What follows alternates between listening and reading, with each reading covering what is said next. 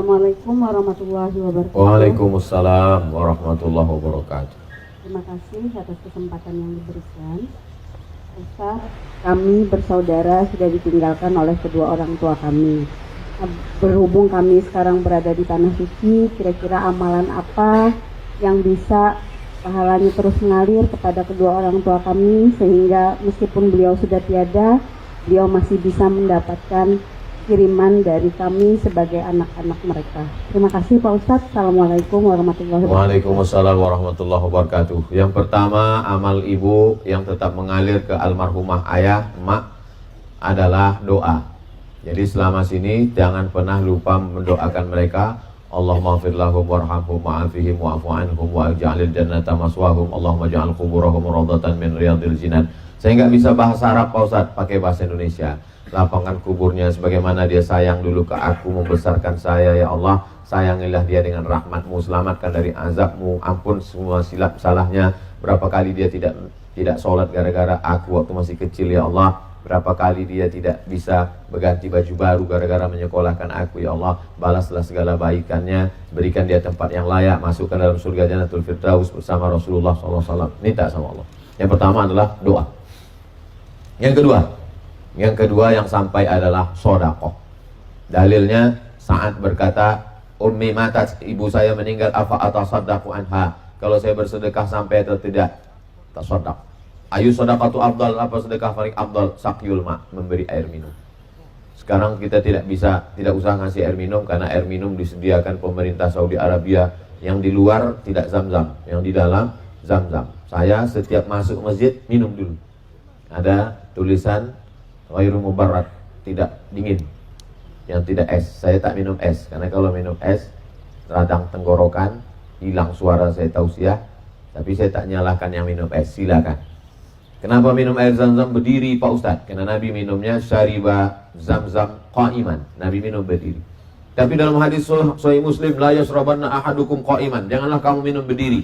Apa ini Nabi Muhammad? Dia sendiri melarang minum berdiri. Dia sendiri minum berdiri.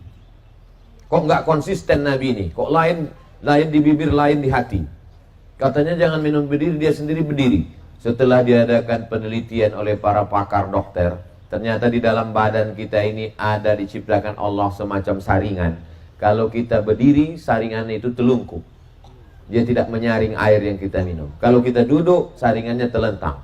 Jadi kalau kita minum duduk, maka air yang kita minum tersaring, ringan buah pinggang kita.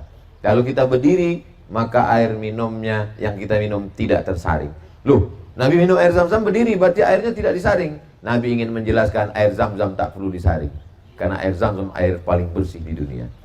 Jamaah kita di Kuala Lumpur, datanglah pakar air dari Jepang menjual saringan air, lalu dipasang.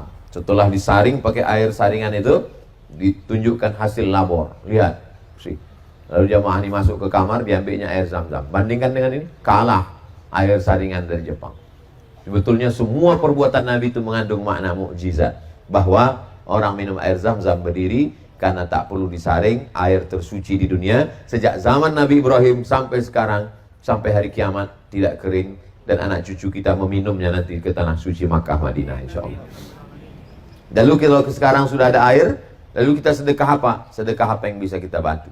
Saya tengok banyak jamaah memberi ke cleaning service atau saudara kita yang fakir, yang miskin, baik, tak salah.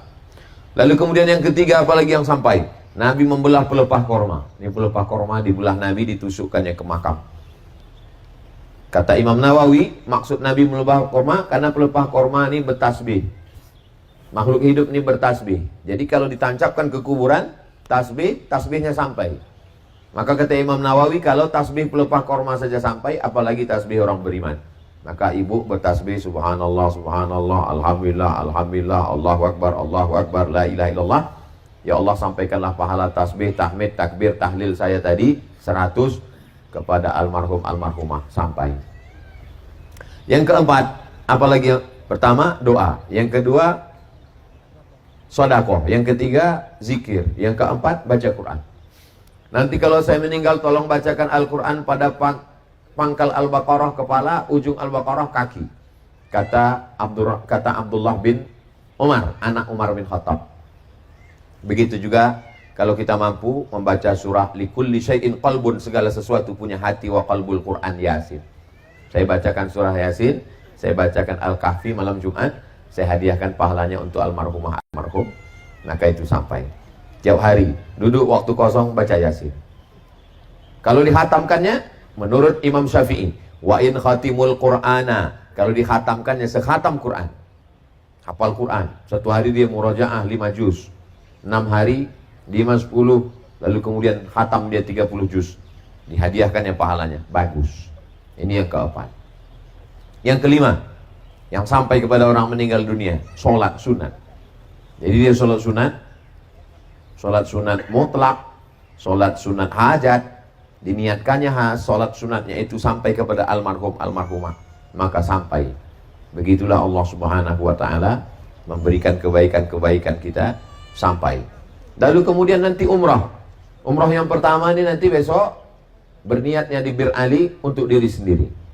Nanti sampai di Makkah hari kedua umrah lagi dari Ji'rana, bawa kain ihram sampai di Ji'rana, pakai kain ihram, labbaik Allahumma umrah an fulan bin fulan.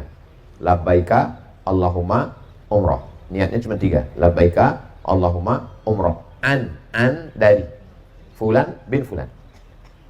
Habis itu umrah lagi dari Tan'im. Habis itu umrah lagi dari Hudaybiyah. Nah, maka umrah sunat ini dihadiahkan pahalanya untuk almarhum almarhumah. Maka insya Allah sampai. Itulah bukti bakti kita kepada mereka. Andai kita gendong mereka dari kampung kita, kita bawa dia ke Makkah, kita tawafkan 7 kali, kita bawa dia ke Safa, Sa'i, Marwah, habis itu kita bawa ke Padang Arafah, kita gendong melontar jumrah, tidak dapat menebus sakit teriakannya sekali waktu melahirkan kita. Jangan pernah merasa sudah membalas orang tua, tidak pernah. Tidak pernah. Kita masukkan dia ke perut kita lahirkan dia, kita bawa dia, belum dapat membalas. Karena kasih sayang tak bisa diukur. Semua yang saya lakukan saya hadiahkan untuk almarhumah ibu ayah saya. Mudah-mudahan yang masih hidup orang tuanya panjang umur, sehat. Yang sudah meninggal dunia, lakukanlah itu untuk menyenangkan hati mereka. Yang kita lakukan sekarang ini, almarhum mak saya, almarhum ayah saya melihat perbuatan saya sekarang. Wa qul i'malu, beramallah kamu fasayarallah, Allah melihat. Wa rasuluhu, Rasulullah melihat. Wal mu'minun, orang beriman. Kata Imam Ibnu Katsir, orang tua yang sudah meninggal melihat perbuatan anak. Demikian, wallahu a'lam bishawab.